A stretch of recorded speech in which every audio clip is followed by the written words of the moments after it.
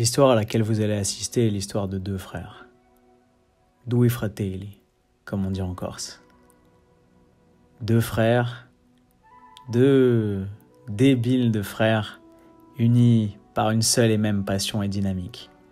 Celle de l'aventure, celle de la joie de vivre, celle de l'exploration, celle du danger, du risque, mais surtout celle du progrès. Deux frères qui ont choisi de traverser l'île de Beauté à pied. Partis avec beaucoup trop de matériel, mais pas assez de préparation. Pas prêts en tout cas à découvrir autant de beauté, autant de merveilles. Pas prêts à emmagasiner autant de souvenirs et à vivre autant de moments aussi incroyables. Sur leur route, ils ont croisé des chiens. Pas mal de chiens. Beaucoup trop de chiens. Cette histoire au travers des montagnes corses, au travers des lacs, des forêts, des crêtes, des rochers, des sentiers. Cette histoire, c'est la leur. L'histoire de deux frères qui marchent sur les traces de leur passé et qui, à force d'arpenter les montagnes corses, finissent par trouver ici quelque chose de beaucoup plus précieux. Eux-mêmes. Cette histoire, c'est désormais aussi la vôtre. À vous maintenant de vous émerveiller, de marcher, de progresser et d'arpenter le chemin à nos côtés. Mes soldats, bonjour à tous, merci encore une fois de m'accorder votre précieux temps et bienvenue dans cette nouvelle vidéo. Vidéo dans laquelle nous allons revenir, vous l'avez compris, sur le GR20, le chemin de grande randonnée qui traverse la Corse du nord au sud et que nous avons vaincu, conquis et traversé en 10 petits jours avec mon petit frère. Vous avez été nombreux à me poser des questions à notre retour de ce périple. Comment est-ce qu'on s'est organisé? Est-ce que la préparation physique était à la hauteur? Est-ce qu'on conseillerait ça à des débutants? Qu'est-ce qu'on a pris dans notre sac? Comment est-ce qu'on a ficelé notre voyage? Bref, dans cette vidéo, ça va être l'occasion de revenir sur les meilleurs moments de cette traversée et de répondre à toutes vos questions. C'est parti. C'est génial, mais c'est génial. Alors avant de répondre à toutes vos questions, je vais vous faire un petit topo tout simple pour que ceux qui ne connaissent pas le GR20 et les grands débutants dont je faisais partie il y a encore 3 semaines parmi vous puissent faire une idée à peu près complète de ce que ça représente. Le GR20 est un chemin de grande randonnée, donc un chemin balisé qui traverse la Corse du nord au sud ou du sud au nord en fonction du sens dans lequel vous voulez faire la randonnée. Ok, pour vous donner une idée, on est parti grosso modo d'ici, on traverse toute la Corse pour aller par là. Alors le GR20 ça pique, le GR20 c'est dur, le GR20 ça casse la gueule. Certaines journées vous allez marcher de 5h30 jusqu'à 16h, 17h. Bon par contre je suis complètement sec. C'est très éprouvant, la preuve, regardez la gueule qu'on a quand on arrive. 12 heures de marche. On est parti à 5h45 du mat, il est 17h11. Ça fait 10 bonnes heures et demie avec les pauses quoi. Je suis à bout de force. Mais si on le fait, c'est quand même qu'il y a une raison. Vous allez vivre des émotions absolument uniques. Vous allez traverser des paysages à couper le souffle, comme cela par exemple. Les endroits et les moments, selon moi, les plus incroyables sont ceux que vous allez traverser en tout début de journée. C'est aussi la raison pour laquelle on se lève le plus tôt. C'est le matin déjà que vous verrez les plus beaux levers de soleil. En fonction des endroits dans lesquels vous êtes, notamment dans le nord, vous allez voir des choses que vous oublierez absolument jamais. Regardez-moi ça, si c'est pas magique. Vous allez voir des espèces d'immenses lacs, des fontaines, vous allez pouvoir vous baigner aussi. Et nous retrouvons nos deux débiles de héros qui ont trouvé la seule piscine du parcours et qui se sont dit qu'ils allaient barboter. Vous n'êtes pas obligé de vous baigner un poil, cela dit. Oh sa mère. Une question sur comment est-ce que vous avez géré au niveau dénivelé, c'était pas trop dur dans l'ensemble. Et la deuxième question, comment se gèrent les parties escalade? Alors, le dénivelé, c'était pas trop dur dans l'ensemble. Si, putain, si. On est ici, on va là-bas. C'est parti. Même sans doubler les étapes, la plupart des étapes ont entre 600 et 1200 mètres de dénivelé positif et négatif, c'est-à-dire que vous montez vénère et ensuite vous descendez vénère sur une seule étape. Ce qui veut dire que si vous doublez, généralement dans la journée, vous faites 2 fois ça. Ça tabasse. Montez 1000 mètres de dénivelé positif, c'est-à-dire 1 km entre le point le plus bas de votre randonnée et le point le plus haut de votre randonnée. 1 km, ça casse la gueule. Ça fait 10 heures qu'on marche, c'est en train de nous rendre débiles. On est débiles. Complètement débiles. J'en peux plus, putain. On a les fils qui se touchent là. Dénivelé positif casse la gueule musculairement. Monter, c'est difficile pour le cardio et pour les muscles des jambes. Vous allez avoir mal au quadri, vous allez avoir mal aux fessiers, vous allez avoir mal aux mollets et vous allez avoir mal aux ischios. Si vous êtes plutôt en forme sur ces groupes musculaires là, et c'est à peu près le seul point sur lequel la musculation m'a aidé, parce que mine de rien j'avais des bonnes jambes et que le squat, le soulevé de terre, le Bulgarian split squat, j'en passe et des meilleurs, m'a permis de me construire une base musculaire relativement solide. Là, ça va potentiellement vous aider, mais vous allez quand même prendre cher. Ah putain, ça me prend là, dans l'ischio droit. Oh, ça merde. Le dénivelé négatif casse la gueule au niveau des tissus conjonctifs, des fascias et des tendons. C'est douloureux si vous n'êtes pas habitué à la marche en montagne d'encaisser des grosses descentes parce que musculairement vous allez prendre beaucoup en excentrique et que malheureusement les tendons et tous les tissus conjonctifs qui entourent vos articulations et vos muscles vont prendre très cher. Mon genou a commencé à partir très vite en couille, celui de mon petit frère aussi, son tendon d'Achille aussi, tout simplement parce que dans les descentes, vos tendons et vos ligaments sont soumis à rude épreuve. On essaye d'aller relativement vite, de gagner du temps, et même si on essaye d'amortir les chocs, etc., sur 15, 20, 25, 30, 35 km sur la journée, ça fait quand même une grosse surcharge sur les tissus conjonctifs et c'est difficile. Voilà pour ce qui est des dénivelés. Est-ce que c'est infaisable? Bah non, parce qu'on l'a fait. En revanche, c'est difficile. Ça demande de grosses ressources physiques et mentales, et mine de rien, ça s'aborde pas les mains dans les poches. T'as pas de bras, tu montes pas quoi. Hein. Pour ce qui est de la gestion des parties escalade, c'est ce qui fait peur, je pense, à la plupart des gens qui ont l'habitude de la montagne ou de la randonnée et qui se disent « Ouais, le GR20, c'est le plus dur d'Europe, c'est le plus technique parce qu'il y a des parties grimpettes, etc. » Effectivement, est-ce qu'il y a besoin de cordes, d'un baudrier, de s'assurer, de s'attacher les uns aux autres ou d'avoir des blocs pour s'attacher dans la paroi, etc.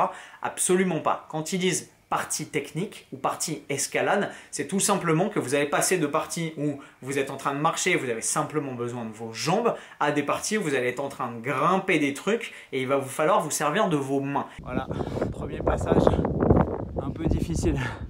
Ça fait pas. Première borne est là, l'autre est là-haut.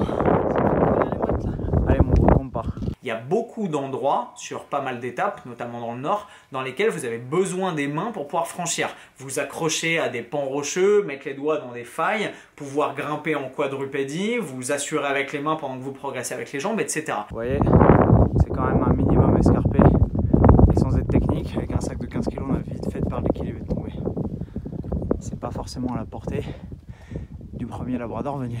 Certains endroits qui sont d'ailleurs plus difficiles d'accès que d'autres présentent des chaînes sur le parcours pour vous aider à progresser, voire des mains courantes en métal pour vous empêcher de tomber ou au moins vous fournir un minimum d'assurance si jamais vous glissez. Si vous pouvez, utilisez-les, ça vous évitera de vous foutre à la baille, ce qui est quand même pas mal. Première chaîne du parcours. Coco. Yes mon gros. Yes. C'est pas des parois, vous n'avez jamais des parois à pic, mais il y a des moments où mine de rien ça monte facile à 50-60 degrés je pense. C'est quoi ce matin? C'est pente douce, non? C'est encore pente douce.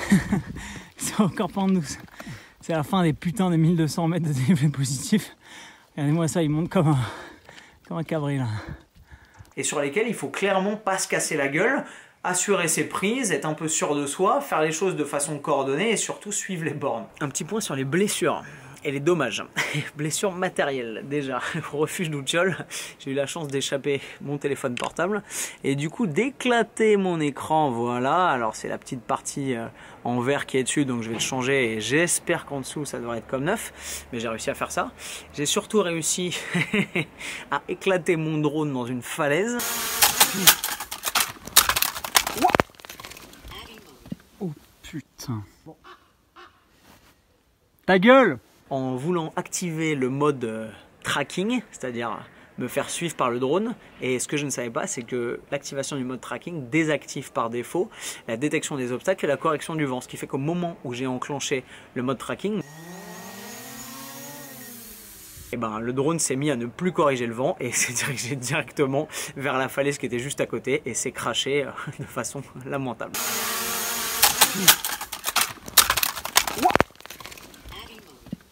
Putain. Dégâts physiques, par chance extrême, les baskets que j'ai achetées à l'Intermarché juste la veille du départ du GR20 à Porto Vecchio m'ont permis de ne pas souffrir du tout d'ampoule. Alors, vous avez mal aux pieds, j'ai eu les pieds rouges, j'ai eu des échauffements. Bon, mine de rien, après 6 heures de marche, c'est peut-être une balade de santé, mais Je sais pas si vous voyez la couleur de mes papons.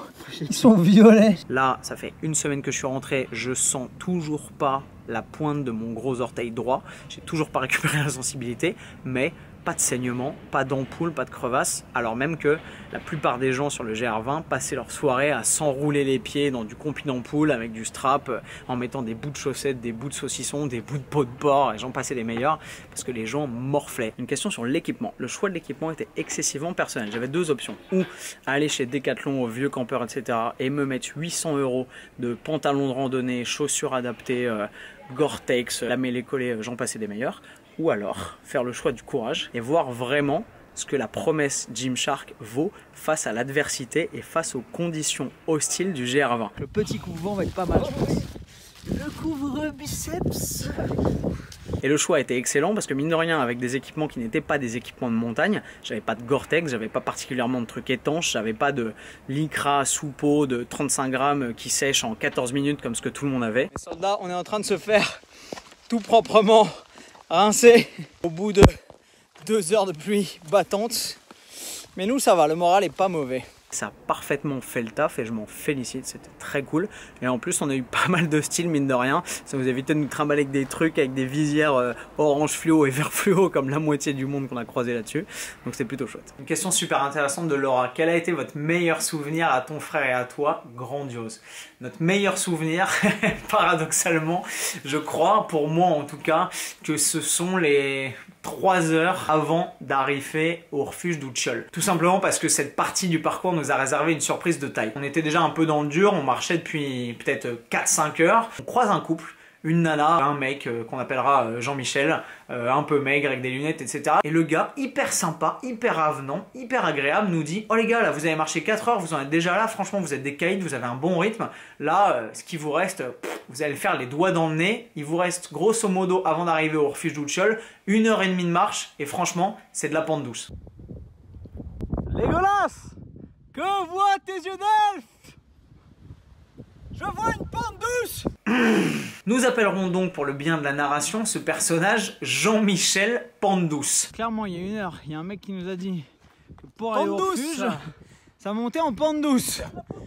On se tape de la putain de crête montagneuse depuis tout à l'heure. Donc je peux vous dire que Jean-Michel Pente douce, la prochaine fois que je te croise, je te fais bouffer tes bâtons. Les 1h30 annoncées par Jean-Michel Pente douce se sont transformées en 3h30 de traversée à flanc de crête sur des passages les plus escarpés et les plus techniques qu'on ait fait de toute la traversée. Non mais pente douce quoi.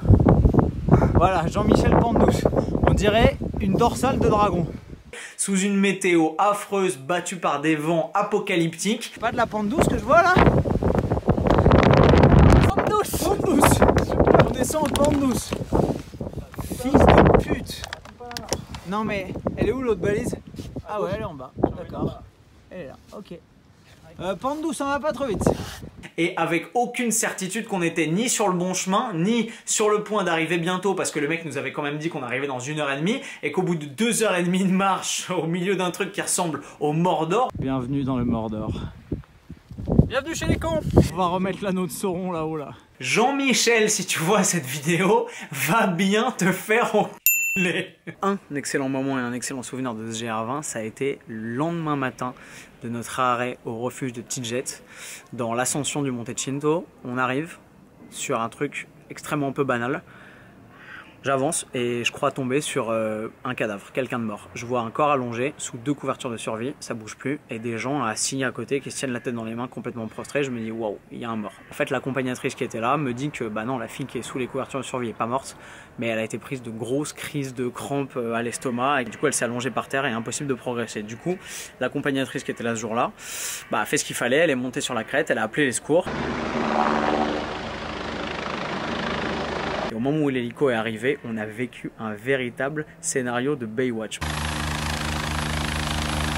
Mon petit frère a eu la géniale présence d'esprit, alors que l'hélicoptère arrivait, de se mettre par-dessus la victime et de lui couvrir le visage.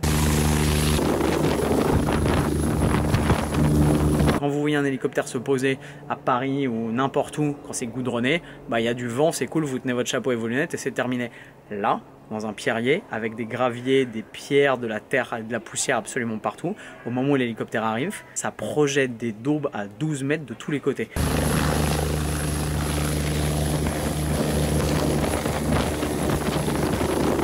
Et en un rien de temps, les secours sont arrivés, l'hélicoptère s'est posé, les 2 gendarmes du PGHM ont réussi à arriver, prendre en compte la victime. C'est bon. On les a aidés à amener leur sac, etc. Et ils l'ont embarqué et ils sont repartis.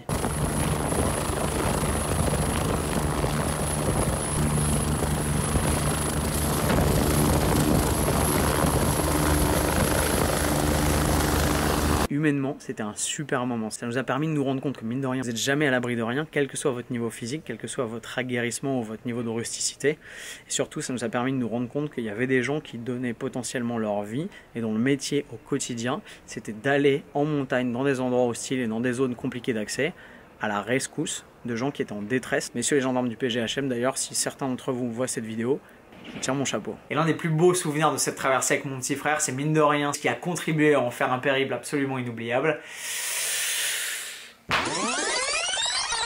Bref, si vous voulez savoir ce qui s'est passé ici et sur le bras de mon petit frère à l'issue de cette magnifique traversée, il faudra tout simplement que vous alliez voir la prochaine vidéo qui sortira sur ma chaîne YouTube, mais je vous fais confiance, je pense qu'elle vous plaira. Comme d'habitude mes soldats, j'espère que cette vidéo récapitulative sur mon expérience du GR20 vous a été utile, qu'elle vous a plu, qu'elle vous a éventuellement appris des trucs si vous aviez envie à votre tour de vous lancer dans l'aventure. Si vous reste des questions à la suite de cet exposé, posez-les moi juste en dessous, je me ferai un plaisir d'y répondre et je vous retrouve comme d'habitude, vous le savez, dans une prochaine vidéo avec le sourire.